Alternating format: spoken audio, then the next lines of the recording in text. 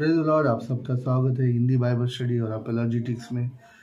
आज हमें ऐसे एक मुद्दे के ऊपर मनन चिंतन करने वाले हैं जो हमेशा अन्य जातियों के द्वारा मसीहत पर उठाया जाता है और ऐसा झूठा आरोप लगाया जाता है और अफवाहें फैलाई जाती है कि मसीहत और पवित्र शास्त्र अश्लीलता को फैलाता है। क्या वाकई में ये सच है? इसके बारे में हम अभी अध्ययन करने वाले। तो आइए हम पवित्र शास्त्र के अंदर कुछ तथ्यों को देखेंगे और उनके कुछ ऐसे आक्षेपों को या झूठे दलीलों को भी खारिज करेंगे पवित्र शास्त्र के द्वारा। सबसे पहला जो दलील उनके द्वारा दिया जाता है लूत और उनके बेटियों के उदाहरण का। जब आप उत्पत्ति किताब पढ़ते, उत्पत्ति किताब के अंदर हम देखते हैं जब परमेश्वर ने सदोम और गमोरा का नाश किया, तब परमेश्वर ने सदोम और गमोरा में से लूत और उसके परिवार को बचाया। और उसमें हम देखते हैं कि लूत की पत्नी जिसने सदोम और गमोरा को नाश होते हुए मुड़कर देखा, जिसके कारण वो नमक का खंभा बनी। और फिर उसके बाद लूत जो है किसी ऊंचे स्थान पर भाग कर गया और जहाँ पर उसकी दोनों बेटियां उसके साथ थी, जिन्होंने उसके साथ व्यभिचार किया और संतान को उत्पन्न किया। और उन दोनों के द्वारा जो दोनों के बेटे हुए उनके आगे चल के राष्ट्र के अंदर रूपांतर हुआ। तो इस उदाहरण को लेकर हमेशा अन्य जाति लोग ये कहते हैं कि देखिए यहाँ पर एक पिता अपनी बेटियों के साथ यौन संबंध रखता है, बच्चे उत्पन्न करता है और ये बाइबल के अंदर सिखाया जाता है। तो मैं आपको सबसे पहले बताना चाहता हूँ पवित्र शास्त्र के अंदर लूत की बेटियों की जो ये हरकत है, इसे कदापि भी सराहा नहीं गया है।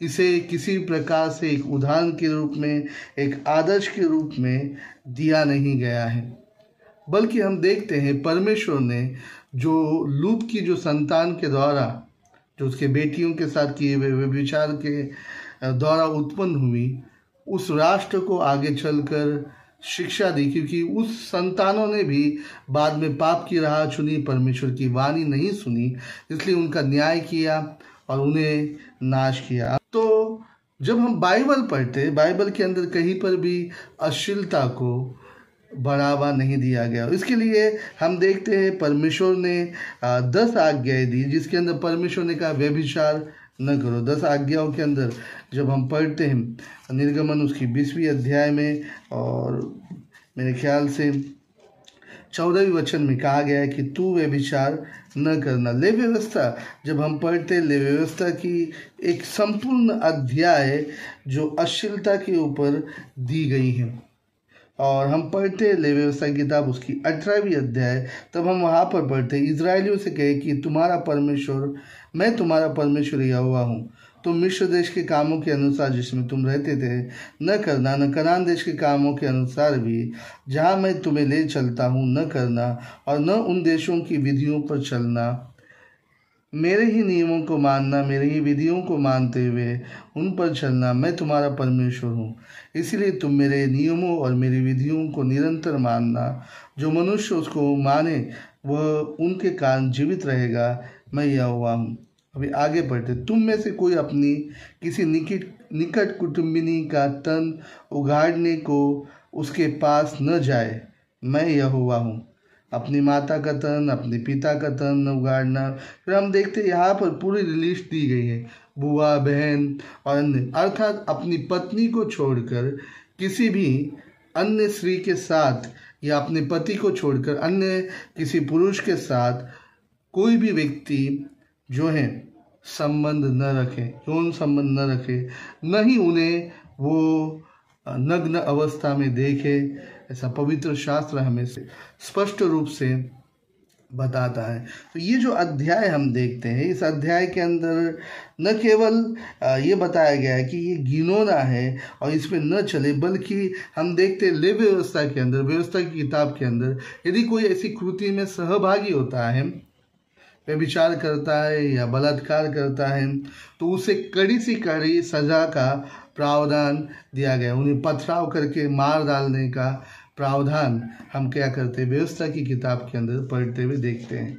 इसके अलावा जब हम दूसरी शमूएल की किताब पढ़ते हैं, वहाँ पर दाऊद का उदाहरण दिया जाता है। अनेक बार अन्य जाति इस उदाहरण को लेते, दाऊद ने किस प्रकार से अलीशिबा के साथ पाप किया और इसके कारण कहते हैं कि देखो अश्लीलता से। ध्यान दीजिए, जब आप बाइबल पढ़ते हो, हम पढ़ते कि जब दाऊद ने उस स्त्री के साथ व्यभिचार किया, उसके पति को मरवा डाला, उसे हासिल किया, परमेश्वर ने इस कृति की कड़ी निंदा की। हम देखते परमेश्वर ने अपने संदेशवाहक को भेजा, एक भविष्यवक्ता को भेजा, और जिसके द्वारा दाऊद को परमेश्वर ने डांटा। साथ ही साथ हम देखते हैं इसके कारण उसके जीवन में भयानक विपत्ति आई, जो परमेश्वर की ओर से एक अनुशासन या शिक्षा के रूप में थी। फिर हम देखते हैं कि दाऊद ने जब पूर्ण रीति से अपने पापों का पश्चाताप किया, तब ही जाकर परमेश्वर ने उसके उस घिनौने काम को क्षमा की। जब हम नए नियम में आते हैं, तब नए नियम में अनेक बार व्यभिचार के बारे में बातें की गई है, और हम प्रभु यीशु मसीह के पहाड़ी के उपदेश के अंदर पढ़ते हैं। आइए मेरे साथ निकाले ऊपर मत्ती किताब, और वहाँ पर 5वीं अध्याय 27 से लेकर आगे।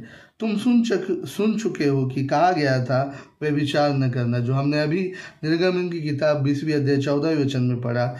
इसे प्रभु यीशु मसीह और भी स्पष्ट करके कहता है, परंतु मैं तुमसे ये कहता हूँ, जो कोई किसी स्त्री पर कुदृष्टि डाले, अब वह अपने मन में उससे वे विचार कर चुका। यदि तेरी दाहिनी आँख तुझे ठोकर खिलाए तो उसे निकाल के फेंक दे, क्योंकि भला है कि तेरे अंगों में से एक नष्ट हो जाए और तेरा सारा शरीर नरक में न डाला जाए। तो यहाँ पर हम देखते हैं यीशु मसीह व्यभिचार न करना, इस शिक्षा को जो और भी आगे बढ़ाता है, या उसे और भी स्पष्ट रीति से बताता है कि यदि कोई किसी स्त्री पर कुदृष्टि भी डालता है, तो वो अपने मन में उसके साथ व्यभिचार करता है, और जो नरक दंड के या आपको नरक में पहुंचाने के लिए काफ़ी ऐसा वो पाप है। तो हम देखते हैं यीशु मसीह ने बहुत ही कड़क रीति से व्यभिचार का जो है ये किया, प्रतिकार किया। साथ ही कहा, यदि तेरी आँख तुझे क्या करती है, ठोकर खिलाती है, तो उसे उखाड़ कर फेंकना बेहतर है। अर्थात उन मन के विचारों को आपको अपने जीवन से निकाल देना है, जिसके द्वारा कोई व्यक्ति अश्लीलता या व्यभिचार या यौन संबंध जैसे पापों के अंदर, यौन संबंध मतलब अपनी पत्नी या पति को छोड़कर विवाह बाह्य संबंध के बारे में यदि सोचता भी है, तो उसे उखाड़ कर फेंके। हम देखते हैं थिस्सलुनीका की किताब 4 अध्याय में कहा गया है कि विवाह आदर योग्य समझा जाए और तेरा बिछोना निष्कलंक हो। तो बाइबल हमें बताती है कि विवाह जो है वो पवित्र समझा जाए, और विवाह के अंदर ही एक व्यक्ति जो है यौन संबंध अपनी एक ही पत्नी या एक ही पति के साथ रख सकता है। तो इस प्रकार से पवित्र शास्त्र के अंदर जो है अश्लीलता का कड़ा विरोध किया गया है, और व्यभिचार से मसीहों को बचने के लिए कहा गया है, और पुराने और नए नियम के अंदर इसे कहीं पर भी प्रोत्साहन नहीं दिया गया है। तो ये सभी अफवाह है, झूठ है, जो सोशल मीडिया के ऊपर फैलाए जाते हैं। और मैं चाहता हूँ कि आप इस वीडियो को ज़्यादा से ज़्यादा लोगों को शेयर करें, और जो ऐसे पोस्ट डालते हैं वहाँ पर इस लिंक को डाल दीजिए।